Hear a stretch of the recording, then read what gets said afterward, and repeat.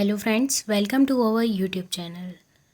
आज के इस वीडियो में हम डीएलएड फर्स्ट ईयर की प्रोफिशिएंसी इन इंग्लिश की क्लासेस स्टार्ट कर रहे हैं। इसमें हम जो प्रोफिशिएंसी इंग्लिश में 5 यूनिट्स होती हैं, उन 5 यूनिट्स को हम एक एक करके डिस्कस करेंगे। इस वीडियो में हम यूनिट 1 को कंप्लीट करेंगे। इसमें हम देखेंगे कि ये यूनिट 1 कितने मार्क्स की आती है, किस तरह से क्वेश्चंस पूछे जाते हैं और क्या क्या है इस यूनिट में, सब कुछ हम डिटेल में स्टडी करने वाले हैं। प्रोफिशिएंसी इन इंग्लिश के सिलेबस को मैंने अपलोड कर दिया है। अगर आपको ओवरव्यू लेना है तो वहाँ से देख सकते हैं यूट्यूब चैनल से। और अभी तक आपने हमारे चैनल को सब्सक्राइब नहीं किया है तो सब्सक्राइब ज़रूर करें, ताकि इस टाइप की क्लासेस आप तक पहुँच सकें और आप अपने सिलेबस को कंप्लीट कर सकें। और अगर आपको डीएलएड से रिलेटेड कोई भी जानकारी चाहिए तो आप कमेंट में ज़रूर बताइएगा। स्टार्ट करते हैं। अब हम यूनिट 1 को समझने की सबसे पहले हम देखते हैं कि कौन कौन से डिटेल्ड पॉइंट्स हैं, यानी एक्चुअल में हम कौन से पॉइंट्स को पढ़ने वाले हैं। और सबसे पहले मैं आपको ये बता दूं कि प्रोफिशिएंसी इन इंग्लिश का जो पेपर होता है वो 25 मार्क्स का होता है, और जो आपकी फर्स्ट यूनिट है उसमें से आपके 3 मार्क्स के क्वेश्चन बनते हैं। तो काफ़ी छोटे कम अंक का है ये यूनिट, ईज़िली हम इसे अंडरस्टैंड कर लेंगे। सो एंड तक ज़रूर बने रहिएगा और इस वीडियो को लाइक करिएगा। ये 3 मार्क्स का ये यूनिट है। 3 मार्क्स में से आपका एक ऑब्जेक्टिव पूछा जाएगा और एक 2 मार्क्स का एक क्वेश्चन पूछा जाएगा। उस हिसाब से हमको पढ़ना है। स्टार्ट करते हैं। पहले देख लेते हैं क्या क्या हम पढ़ने वाले हैं। हम देखेंगे what is language and meaning of English language, nature of language, functions of language, characteristics of language, language as a means of communication and thinking, characteristics of English language, language habit formation देखेंगे, first second and foreign language क्या है ये समझेंगे, और necessary precautions to be observed while using mother tongue, यानी कि mother tongue को class में यूज़ करते समय कौन कौन से सावधानियां बरतनी चाहिए वो हम देखेंगे। Importance of mother tongue in teaching English and how does the mother tongue help teaching of English, and the teaching of English and mother tongue at the initial stage, प्रारंभिक स्तर में मदर टंग और English language का क्या role है, और teaching of English and mother tongue at the advanced stage, and second and foreign language learning क्या है, और नेक्स्ट जो है how can English be learned as a second language, दूसरी भाषा के रूप में हम इंग्लिश को कैसे लर्न करते हैं, होमवर्क इन फॉरेन लैंग्वेज में होमवर्क किस तरह से दिया जाता है, planning of foreign language and works year wise and unit wise, the place of English in multilingual Indian society and the place of English language in present days, और जो second point है place assign to English and Hindi in the educational system of India, causes responsible for the downfall of the standard of English, suggestions to improve the falling standard of English language, and some questions हम discuss करेंगे। इसमें जो आधे topic तो ऐसे हैं जिनसे question नहीं पूछा जाता है, ये थोड़ा मैं आपको बता दूं। कुछ इम्पॉर्टेंस पॉइंट्स हैं, आप देख सकते हैं 3 मार्क्स का ही पूछा जा रहा है और इतना सब कुछ है। हालांकि ये नॉलेज को बढ़ाने के लिए काफ़ी हेल्पफुल है, हम इसे पढ़ेंगे ज़रूर देखेंगे, बट एज अ अच्छे मार्क्स लाने के लिए हम मेन पॉइंट्स में ज़्यादा फोकस करेंगे। सो स्टार्ट करते हैं डिटेल में हर टॉपिक को समझने की। सो सबसे पहले हम जाएंगे व्हाट इज़ लैंग्वेज, लैंग्वेज क्या है। इसमें बहुत कुछ लिखा है, हम शॉर्ट वे में इसको पढ़ेंगे। एक सिंपल सी डेफिनेशन है, language is an essential part of human life, it is the method of communication. अगर आपसे पूछा जाता है एग्ज़ाम में तो आप ऐसे ही लिख सकते हैं, it is the method of communication. इसके बजाय आप ग्लीसन के द्वारा दी गई लैंग्वेज की परिभाषा को भी लिख सकते हैं। Language is one of the most important and characteristic from of human behaviour और अगर आपसे पूछा जाता है क्यों ये इम्पॉर्टेंट है तो आप लिख सकते हैं it is essential to understand the meaning, nature and importance of language. So इस तरह से आप लिख सकते हैं। अब हम देखते हैं meaning of English language. English language की मीनिंग क्या है? तो जो इंग्लिश वर्ड लैंग्वेज जो डिराइव्ड हुआ है वो लैटिन वर्ड से हुआ है, ये आप ध्यान रखिएगा, लिंग्वा। ये कुछ की फैक्ट्स हैं, आप इनको नोट करते जाइए।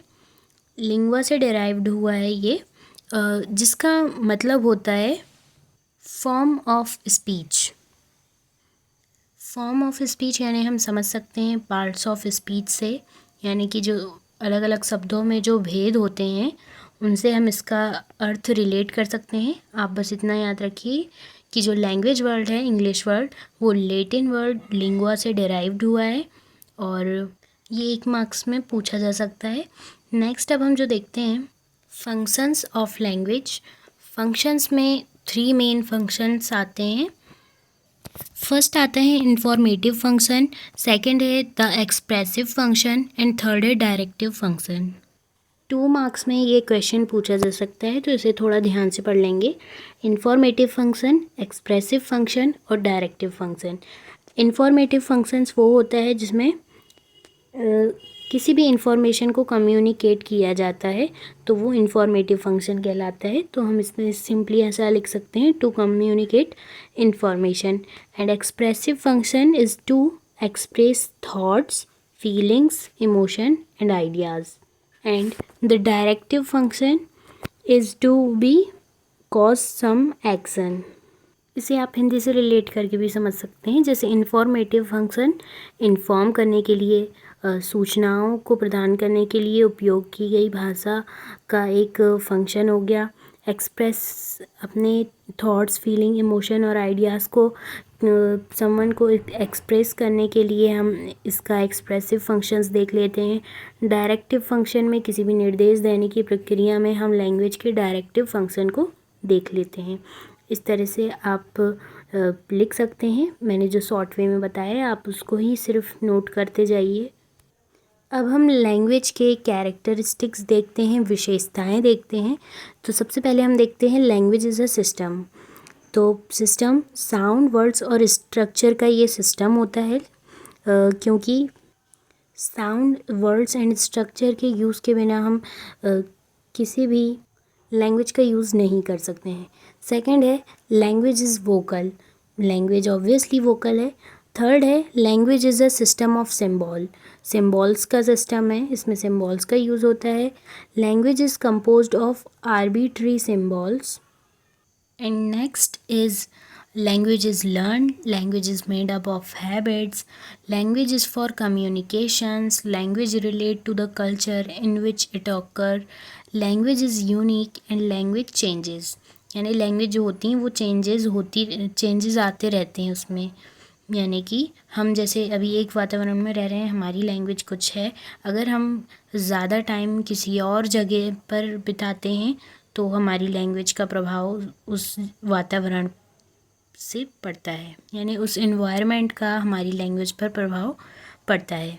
और लैंग्वेज हमेशा यूनिक होती है और लैंग्वेज कल्चर से रिलेट करती है और कल्चर से ही उसका संबंध होता है।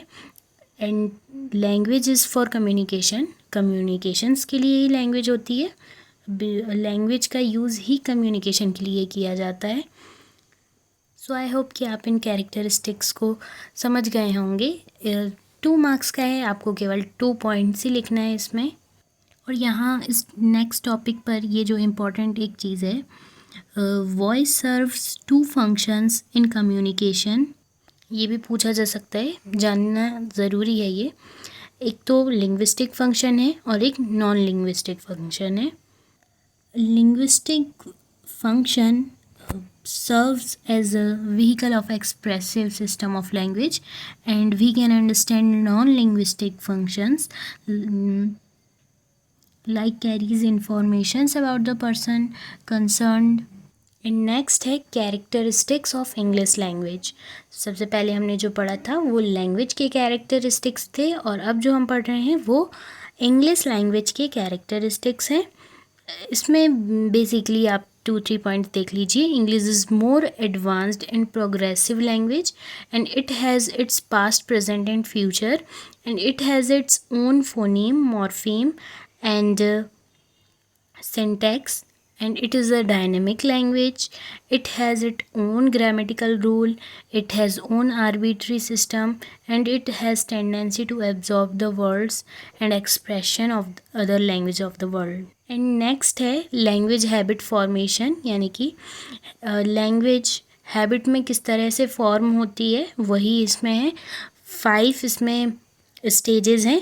फर्स्ट है रिकॉग्निशन, सेकंड है इमिटेशन, थर्ड है रिपीटेशन, फोर्थ है वेरिएशन एंड फिफ्थ है सिलेक्शन.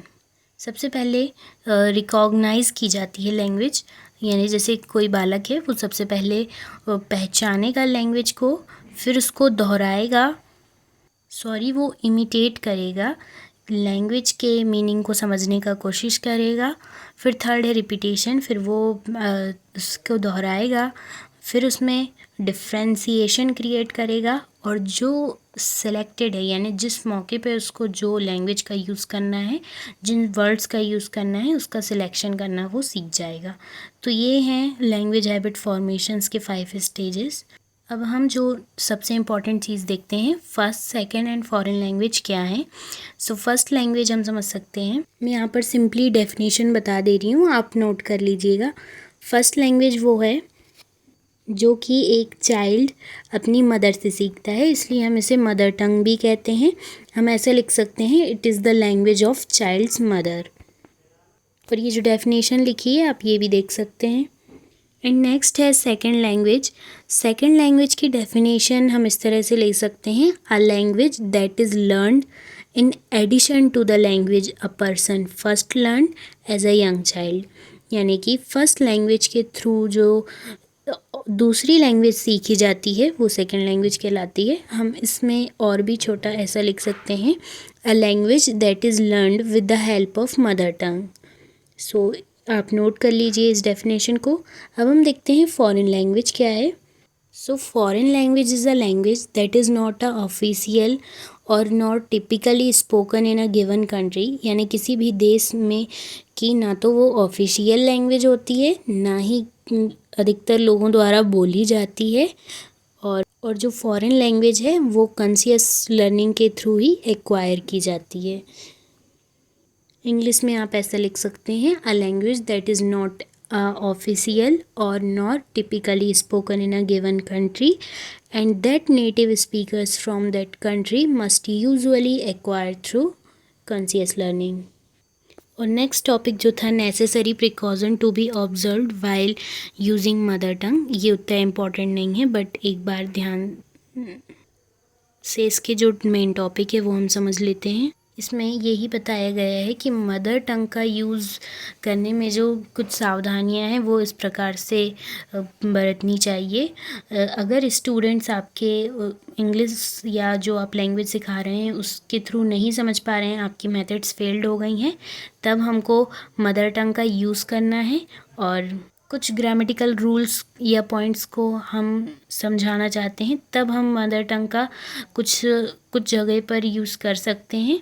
और इस तरह से और भी बाकी पॉइंट्स हैं जो मेन थे वो मैं आपको बता दिया. नेक्स्ट जो टॉपिक है मदर टंग की इंग्लिश टीचिंग में क्या इम्पोर्टेंस है वो बताने के लिए, तो इसमें आप लिख सकते हैं मोटिवेशन के लिए ये इम्पॉर्टेंट है, और इमिटेशन के लिए बहुत इम्पॉर्टेंट है, लर्निंग बाय इमिटेशन, और मैक्सिमम अपॉर्चुनिटीज़ प्रोवाइड करने के लिए, और लर्निंग बाय सिचुएशंस के लिए. नेक्स्ट जो पॉइंट है उसमें बताया गया है mother tongue teaching of English में किस तरह से हेल्प करती है. तो ग्रामर टीचिंग में हेल्प करती है, ओरल वर्क में हेल्प करती है, कंपोजिशन वर्क में और ट्रांसलेशन में और रीडिंग में ये हेल्प करती है. नेक्स्ट जो पॉइंट है the teaching of English and mother tongue at the initial stage में मदर टंग का इंग्लिश टीचिंग में क्या रोल है वो इसमें बताया गया है. ये ज़्यादा इम्पोर्टेंट नहीं है, हम नेक्स्ट पॉइंट पे पढ़ते हैं. ये जो इम्पोर्टेंट है एग्ज़ाम में आ सकता है, English as a international language. So हम इसमें ऐसे देख सकते हैं कि English is first language of more than 320 million people and second language of 200 million people. So English is global language and first permanent English speaking society established in 1607 in North America. इस तरह से 2-3 points हम यहाँ से लिख सकते हैं, आपको दिख रहा होगा. नेक्स्ट जो इम्पोर्टेंट टॉपिक है इसमें, place of English in multilingual Indian society. So place of English language before independence. Independence के पहले जो इंग्लिश का प्लेस, उसमें हम ऐसे लिख सकते हैं, before then independence English occupied its irreplaceable role in India. It was the language of education, administration and was a upper class sign of people. And after independence हम ऐसे लिख सकते हैं, we choose English to continue as medium of formal society. We found that if English is neglected, we may suffer isolation and it's risky. And next important key points, English as a library language. So ये काफ़ी important है, 2 marks में पूछा जा सकता है. English language is also known as library language because it is said that English is the key to the store house of knowledge. क्योंकि हम देखते हैं अधिकतर संसार की पुस्तकों का ज्ञान और संसार का ज्ञान इंग्लिश लैंग्वेज में ही मिलता है. जैसे कि हम साइंस या टेक्नोलॉजी के क्षेत्र में देखें और इंटरनेशनल रिलेशंस बनाने में देखें एंड दूसरे विभिन्न क्षेत्रों में देखें, तो हम इसलिए कह सकते हैं English as a library language. And Kothari commission में भी ये रिमार्क किया गया था कि English would play a vital role in higher education as an important library language. और इंग्लिश ही एक ऐसी लैंग्वेज है जिसमें हम छात्रों को मैक्सिमम नॉलेज दे सकते हैं, स्टूडेंट्स को. नेक्स्ट है English as a link language. English is also known as a link language in India. क्योंकि इंडिया में हम देखें तो अलग अलग स्टेट्स हम देखें, एक स्टेट से जब हम दूसरे स्टेट में जाते हैं तो लैंग्वेज में बहुत ज़्यादा डिफरेंट आ जाता है. सो एक मातृ इंग्लिश लैंग्वेज है जिसके थ्रू हम लैंग्वेज को समझ सकते हैं, एक दूसरे से कम्युनिकेट कर सकते हैं. सो इन इंडिया में लिंक लैंग्वेज की तरह कार्य करती है इंग्लिश. सो यहाँ हमारी फर्स्ट यूनिट एंड होती है. हमने जितने भी इम्पोर्टेंट टॉपिक्स है वो सब कवर किए. अगर आपको समझ में नहीं आए हों तो प्लीज़ रिपीट करके एक बार और देख लेना, और कोई भी डाउट हो तो आप कमेंट में ज़रूर शेयर कर सकते हैं. और अब हम इसके थोड़े ऑब्जेक्टिव्स देख लेते हैं. इसमें फर्स्ट है the main function of languages. हमने देखा है इन्फॉर्मेटिव है, एक्सप्रेसिव है और डायरेक्टिव है, all of the above. And what is the chief characteristic of language. So हमने देख चुका है language is a system, is a vocal and is learned. So all of the above is correct answer. Next है who said the mother tongue is natural source of the development of the man's mind as mother's milk is for the development of the infant's body. So M.K. Gandhi ने ये लिखा था, हमने first ही में देखा है ये. सो इस तरह से हमारी ये फर्स्ट यूनिट एंड होती है. अगर आपको इससे रिलेटेड और कोई डाउट हो तो कमेंट बॉक्स में ज़रूर शेयर करिएगा. अभी तक हमारे चैनल को सब्सक्राइब नहीं किया है तो सब्सक्राइब ज़रूर करें और हमारी सारी क्लासेस में ऐसे ही बने रहें. Thanks for watching.